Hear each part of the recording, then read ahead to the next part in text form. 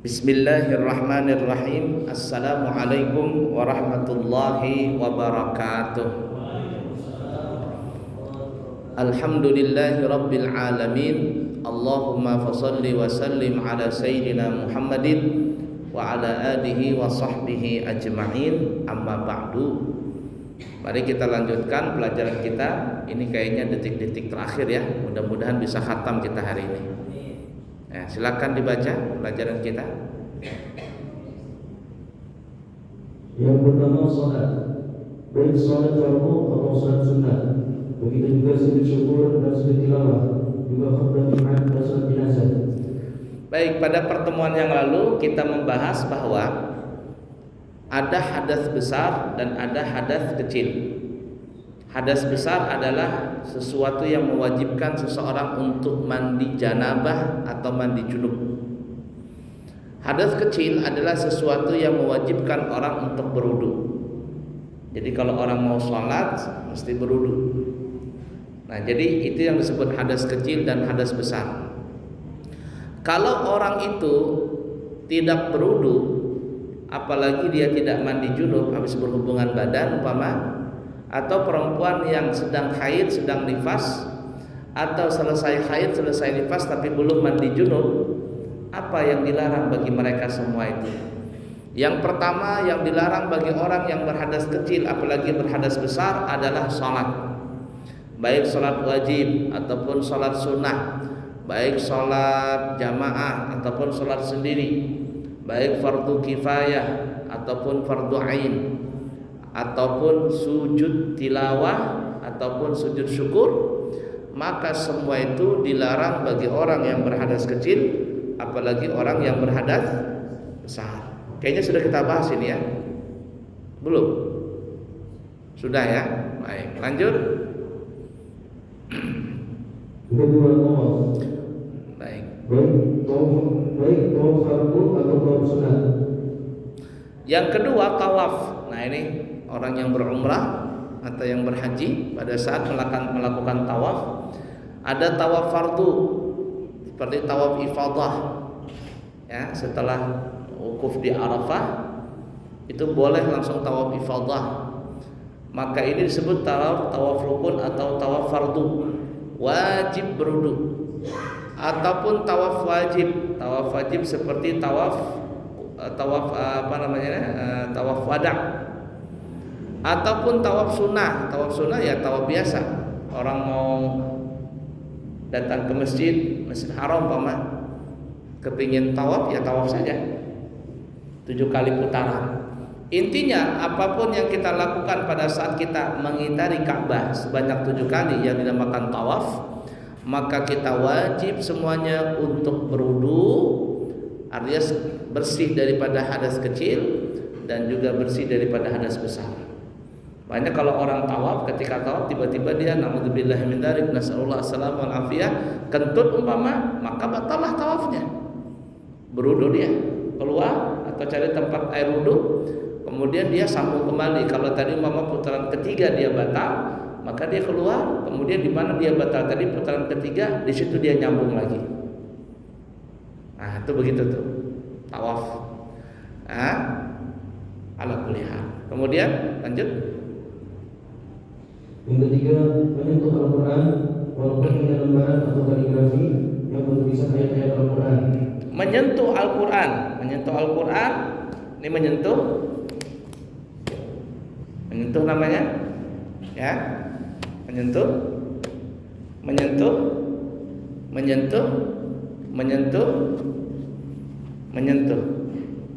Ada orang batal, kemudian dia pada saat memegang Quran dia ginikan Qurannya pakai lapik, emangnya panci panas atau apa? Tetap gak boleh. Jadi kalau ada orang tidak berwudu tidak boleh menyentuh. Ini menyentuh namanya, menyentuh, apalagi begini. Ini anggap ini Quran Pak ya.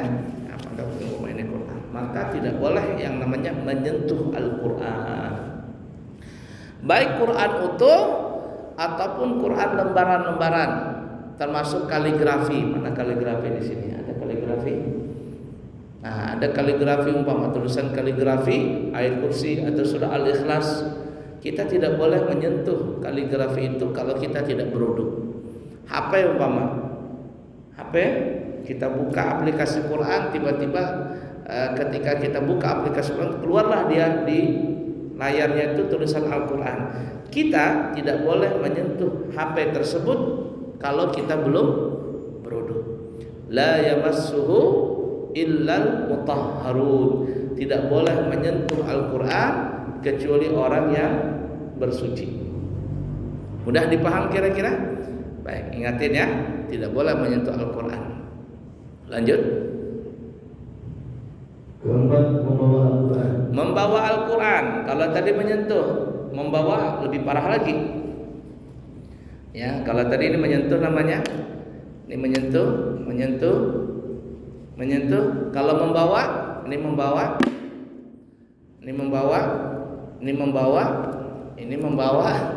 apalagi? Ini ada Al-Qurannya, ini membawa. Nah, itu namanya membawa. Sekali lagi, membawa, ini membawa,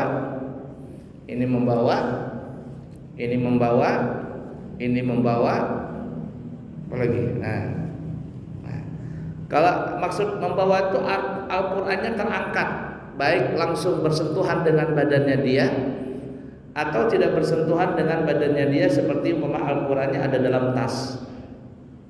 Al-Qurannya dalam tas, kemudian dia bawa tas dengan niat membawa Al-Quran. Nanti kita akan sampai keterangannya di belakang. Tapi kalau seandainya tidak niat bawa Al-Quran, di dalam ini ada Al-Quran, ada dompet, ada apa, batal dia niat, aku niat membawa tas yang ada dompetnya di dalam, maka boleh. Nanti kita akan terangkan di belakang. Tapi hukum asal membawa Al-Quran yang tidak berwudu, apalagi belum mandi junub, hukumnya haram. Itu lebih parah daripada menyentuh. Kalau menyentuh saja haram, apalagi membawa. Lanjut. Hukum-hukum membawa tas yang di dalamnya ada Al-Quran, juga ada barang-barang yang lain. Baik, ini Al-Quran, umpama ini Al-Quran ya, ada Al-Quran, di dalamnya kita taruh, saya taruh di dalam tas saya. Tapi di dalam tas ini ada kunci mobil, ada dompet, ada uang, macam-macam di sini. Dalamnya ada Al-Quran, ada Al-Quran tadi. Saya tidak berwudu, apakah boleh membawa ini? Kita lihat keterangannya. Lanjut. Kalau dia hanya membawa Al-Quran saja, maka tidak boleh. Kalau saya pribadi umpama ya, saya contohkan saya sendiri, saya niat membawa Al-Quran, walaupun dalamnya tadi ada benda-benda selain Al-Quran. Niat saya niat membawa Al-Quran. Terus pada saat itu saya belum mandi junub atau belum berwudu, maka hukumnya adalah haram. Lanjut. B. Kalau niat hanya membawa barang saja, dibolehkan. Kalau niat membawa barang saja, dalam tasnya ada Al-Quran, ada dompet, ada macam-macam. Lalu saya niat, dah wudu nih, aku niat membawa tas yang dalamnya ada dompet. Maka hukumnya boleh secara mutlak. Lanjut. C. Kalau berniat kedua-duanya, maka pendapat Imam Romli, beliau mengatakan boleh, dan pendapatnya Imam Ibnu Hajar, beliau mengatakan tidak boleh. Kalau seandainya niat dua-duanya, aku niat membawa Al-Quran dan juga membawa dompet yang ada dalam tas ini, maka Imam Romli mengatakan boleh, Imam Ibnu Hajar tidak boleh, haram. Lanjut. D. Kalau tidak berniat kedua-duanya, maka pendapat Imam Romli beliau mengatakan boleh, dan pendapat Imam Ibnu Hajar beliau mengatakan tidak boleh. Kalau nggak ada niat apa-apa, cuman kebiasaan sudah bawa tas. Seperti saya nih, saya biasa bawa tas sudah. Kalau jalan nggak ada bawa tas, rasanya ada yang kurang begitu. Di dalam tas ini biasanya pasti ada dompet, ada HP, ada pulpen, macam-macam. Ada Al-Quran, kadang saya bawa, kadang ada Al-Quran di dalam sini. Karena sudah kebiasaan, tinggal ngambil saja, tidak ada niat sama sekali. Maka Imam Romli mengatakan boleh, Imam Ibnu Hajar mengatakan tidak boleh. Itu kalau di dalamnya ada Quran dan selain Al-Quran. Tapi kalau dalamnya cuma Al-Quran doang, nggak ada yang lain, ya nggak boleh. Udah dipaham? Baik, lanjut. Masalah A. Anak kecil boleh memegang Al-Quran kalau niatnya untuk belajar saja. Ini pendapatnya Imam Romli dan Imam Ibnu Hajar. Adapun kalau bukan untuk belajar, maka di sisi pendapat Imam Makhramah beliau membolehkan dan sebagian ulama mereka tidak membolehkan. Anak kecil yang di belakang tuh belajar Iqra, atau dia sudah selesai Iqra 6 baca Al-Quran dari rumah gak wudu dia. Dan hampir rata-rata anak TK tuh gak ada yang wudu, cuman pakai baju TK saja. TPA sore-sore atau pagi dia datang ke masjid bawa Quran, bawa apa, nggak berwudu. Apakah boleh? Imam Ibnu Hajar, Imam Ramli mengatakan boleh kalau niatnya untuk belajar. Kalau nggak niat belajar nggak boleh megang Quran. Tapi pendapat yang lain seperti Imam Makhrama dan yang lain sebagainya boleh, tapi sebagiannya nggak boleh. Pokoknya intinya anak kecil bisa juga berwudu. Cuma karena ada beda pendapat, saya pribadi biasanya kalau anak kecil saya membolehkan. Hampir rata-rata kalau anak kecil itu bawa Quran ya belajar. Kalaupun dia tidak belajar, sekurang-kurangnya belajar megang Quran dulu. Belajar megang Al-Quran. Lanjut. B. Memegang kulit Al-Quran atau kotaknya atau talinya juga tidak boleh. Baik. Di dalam Al-Quran, maksud saya, ada Al-Quran yang zaman sekarang yang berkotak. Ada kan ya? Ada kotaknya. Nah, kalau seandainya kotaknya ini ada Al-Qurannya, kotaknya pun nggak boleh dipegang. Kotaknya pun juga tidak boleh dipegang. Atau covernya tuh, cover itu ya, kulit luarnya nggak boleh dipegang. Tapi kalau seandainya kotaknya nggak ada Al-Qurannya, masih dibolehkan. Kotaknya doang, tapi Qurannya nggak ada, nggak apa-apa. Tapi kalau ada Qurannya, kotaknya pun juga nggak boleh. Kemudian atau ada pitanya, kita megang Quran kan ada yang pita itu, pita apa namanya itu? Ah, itu nggak boleh dipegang, nggak boleh dipegang. Atau telunjuk apa namanya? Tetunjuk, jangan orang banyak.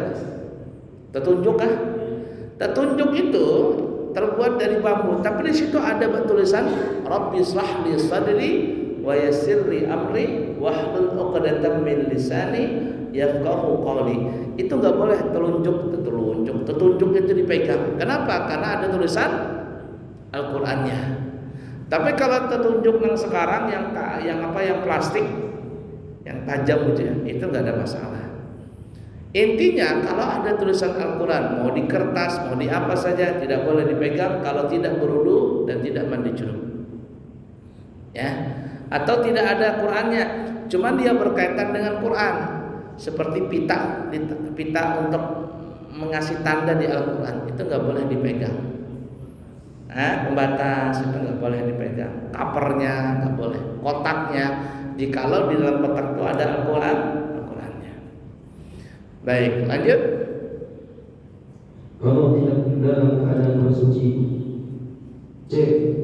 Dalam keadaan darurat seperti kebakaran, banjir dan lain-lain, boleh memegangnya walaupun dalam keadaan berhadas. Jikalau tidak memungkinkan untuk berwudu atau bertayamum. Kalau seandainya kita melihat ada Quran berserakan di jalan, atau ada kebakaran, alhamdulillah min dzalik, nasallallahu alaihi afiyah, atau ada kebanjiran atau apa sajalah, atau kita lewat tiba-tiba ada lembaran Al-Quran, biasa anak TK itu berhamburan kertas-kertas Al-Quran, ada jatuh kena sampah dan sebagainya, kita ambil saja itu. Kalau tidak memungkinkan berwudu atau lama, ambil saja, kemudian kita bawa.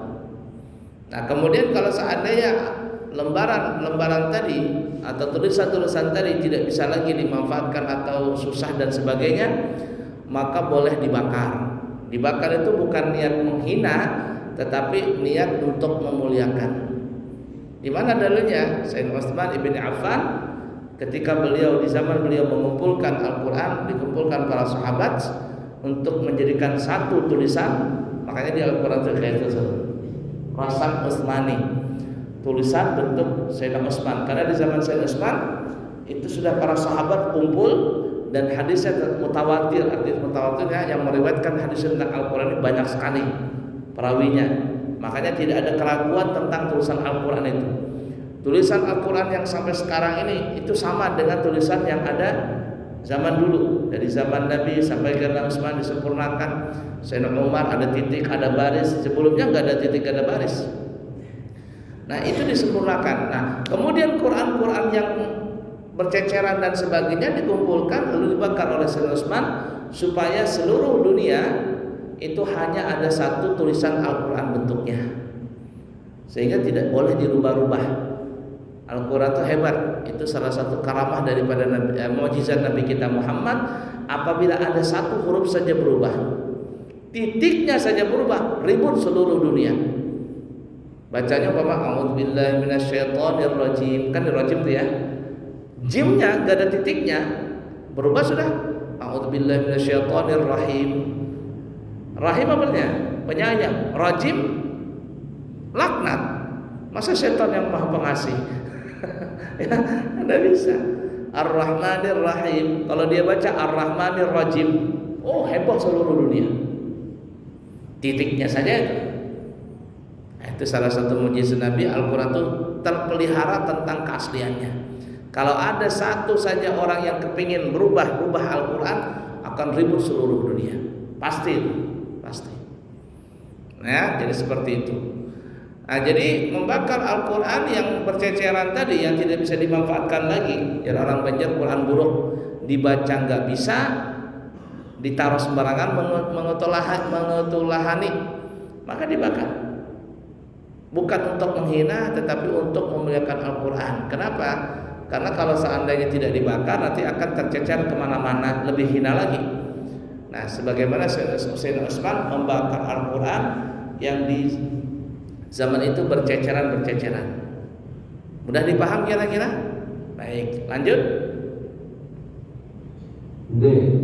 Hukum memegang atau membawa Al-Quran yang Al-Quran itu ada tafsirnya adalah apabila huruf tafsirnya lebih banyak maka boleh, dan apabila huruf Al-Quran lebih banyak atau huruf Al-Quran dan tafsirnya sama banyak maka haram hukumnya menyentuh dan membawanya. Kita memegang Al-Quran yang ada tafsirnya atau ada terjemahannya. Artinya selain huruf Al-Quran, di situ ada huruf yang lain. Seperti bapak-bapak Yasinan kan ya. Yasinan kan ya. Ini saya beritahukan ya. Di sini kan bapak-bapak kan sering Yasinan tuh kan ya. Tolong bapak-bapak, ibu-ibu juga sama aja. Kalau Yasinan atau tahlilan itu Yasin jangan taruh di lantai. Banyak sekali taruh di lantai. Saya terus terang kalau diundang orang tahlilan, ada ngelihat Yasin taruh di lantai, saya akan tegur, Pak tolong taruh di atas Pak. Ada gelas-gelas taruh di atas Pak, jangan taruh di lantai. Walaupun itu cuman Yasin, walaupun dalam surah Yasin itu ada tulisan selain Al-Quran, kita muliakan itu. Tidak boleh kita taruh sembarangan. Bayangkan saja umpama kita punya baju yang sudah habis dicuci, kemudian disetrika, dikasih pengharum. Kira-kira kita mau nggak baju yang bersih tadi kita taruh di lantai? Pasti nggak mau. Itu baju kita. Bagaimana dengan surah Yasin? Bahkan Yasin itu kata Nabi, Yasin qalbul Quran. Surah Yasin itu adalah hatinya, sanubarinya Al-Quran. Jadi banyak besar sekali Yasin dari itu. Jadi tidak boleh taruh Yasin ditaruh di lantai begitu ketika tahlilan. Taruhlah di atas, di tempat yang tinggi ada meja, taruh di atas meja begitu. Nah ya, mudah dipaham kira-kira. Jadi kalau ada Yasin dan sebagainya kita megang secara keseluruhan, umpama Yasin ya. Tapi di sini ada terjemahannya, ada doa-doanya dan sebagainya. Untuk keseluruhan tanpa kita pegang, tanpa kita berudu, ini boleh. kita pegang seluruhnya, boleh. Tapi masalahnya ketika kita membuka lembaran Al-Quran, lembaran Yasin tadi, ya, kemudian ada surah Yasinnya, ternyata ketika lembarannya itu lebih banyak huruf Al-Qurannya daripada terjemahannya, atau sama huruf terjemahannya dengan Al-Quran, Al-Qurannya ada 100 huruf, terjemahannya umpama ada 100 huruf juga, maka para ulama mengatakan haram untuk memegang Al-Quran tadi. Mudah dipaham kira-kira? Nah itu tuh. Yasin kan banyak, mana Yasin bertumpuk. Nah, jadi hati-hati. Orang banyak tidak memuliakan surah Yasin. Biasanya kalau saya lihat ada orang yang naruh Yasin di lantai, satu orang itu ke masjid tapi nggak ikut belajar, sholat di masjid tapi nggak belajar. Dua, atau orang itu nggak ke masjid, cuman kalau undangan tahlilan rajin hadir. Kenapa? Ada nasi kotaknya. Ada yang begitu, ya. Kalau sholat nggak mau, tapi kalau tahlilan hadir dia. Kenapa? Ada nasi kotaknya. Ada tangkre apa? Ajar orang Jawa apa namanya? Hah? Orang banyak bilang tangkirnya. Barakat, orang Jawa bilang ada barakatnya. Ala kulli hal. Nah, jadi seperti itu ya. Lanjut. Dibolehkan bagi orang yang berhadas membalik lembaran Al-Quran dengan gigi atau semacamnya, tetapi adapun berlapis dengan lain atau semacamnya maka tidak boleh. Kita lagi baca Quran. A'udzubillahi minasyaitonirrajim. Bismillahirrahmanirrahim. Alif lam mim. Tut. Bekantut deh. Kita ada lidik. Kita boleh membaliknya begini. Nah, membalik ini boleh. Membaliknya, lembaran tadi kita balik boleh. Nah, kita balik begini, ya. Nah, gini. Kita geser boleh. Yang tidak boleh umpama gini. Nah, kalau begini hukumnya membawa sudah. Ya, tidak boleh diangkat begini. Kalau membalik boleh. Nah, menggeser boleh. Yang tidak boleh kalau angkat begini atau yang tadi kita bilang. Nah, emangnya panci panas loh. Enggak begini. Nah, begitu. Mudah dipaham kira-kira ya? Baik. Habis? Ada pertanyaan? Pertanyaan?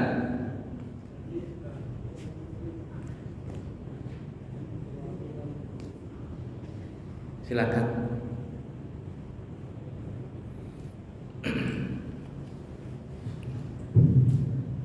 Assalamualaikum warahmatullahi wabarakatuh. Waalaikumsalam warahmatullahi wabarakatuh. Langsung aja nih Pak. Pak Ustaz, ini sehubungan dengan ayat suci Al-Quran, bagaimana kalau kita di mobil sambil jalan sambil menghafal, itu bisa dibolehkan pada yang keduanya atau saja yang keduanya Lupa. Assalamualaikum warahmatullahi wabarakatuh. Waalaikumsalam warahmatullahi wabarakatuh. Kita menghafal Quran itu boleh saja, dimanapun kita menghafal Quran boleh, tapi tempatnya suci. Jangan menghafal Quran dalam WC. ya, membaca Quran dalam WC jangan. Makanya terus terang ya, saya pribadi sangat melarang, terutama saya pribadi melarang HP satu yang ada ringtone ya namanya, nada panggil atau nada ringtone atau apa itu yang suara adzan atau suara ngaji. Saya pribadi saya tidak mau, dan kalau ada jamaah saya juga sarankan jangan pakai itu. Kenapa? Terkadang kita ini nggak sadar membawa HP ke dalam WC. Pas ada orang masuk, Allahu Akbar, adzan dalam WC, kan parah itu. Nah, ya. Atau mengaji, Bismillahirrahmanirrahim, Alhamdulillahi Rabbil, kita matiin Rabb, alhamdulillah, nggak habis lagi ayatnya kita picik, nggak boleh. Ini yang ngaji-ngaji Al-Quran di masjid itu. Nah, kalau mau matikan ngaji itu, kaset ngaji, sempurnakan dulu ayatnya. Jangan ketika Muammar lagi mengancam, ya itu mati, tuntungkan ayatnya sampai habis, baru dimati. Fawailul lil musallin, celakalah orang yang sholat. Masa orang sholat celaka? Jangan dimatiin di situ. Tuntungkan dulu ayatnya sampai sempurna. Nah itu caranya adab di dalam dengan Al-Quran tadi. Jadi boleh ya, boleh saja di mobil baca Al-Quran dan sebagainya. Boleh. Saya pribadi bukan hanya menghafal Quran, saya sholat di mobil, tapi sholat sunnah. Saya sambil nyetir saya sholat. Dan saya sholat witir di mobil. Karena kenapa? Kalau sampai di pondok nanti jam 11, 12 udah karuan lagi sudah, malas sudah sholat. Sholat di mobil. Karena Nabi itu dalam hadis Muslim, karena Rasulullah SAW yusalli ala dabbatihi haitsu tawajjahat bih. Kata Sayyidina Anas bin Malik, adalah Nabi kita Muhammad SAW. Beliau itu melaksanakan sholat sunnah di atas kendaraannya dan beliau menghadap kemana kendaraan itu menghadap. Sepakat para ulama kalau kita naik di kendaraan kita boleh sholat sunnah. Cuman kita perhatikan mobil kita itu tidak ada najisnya. Kalau seandainya ban mobil itu terkena tahi ayam atau menginjak tahi sapi, hati-hati kita megang setir ini, kontak badan kita dengan mobil yang ada najisnya tadi. Saya biasa naik ke motor, ke Amburawang, sholat witir, Allahu Akbar, Allahu Akbar. Tapi yang berubah gini tertubruk orang sambil perhatikan Allahu Akbar, Allahu Akbar, jalan. Boleh? Boleh. Jadi bukan hanya menghafal Quran, sholat saya di kendaraan, hukumnya boleh.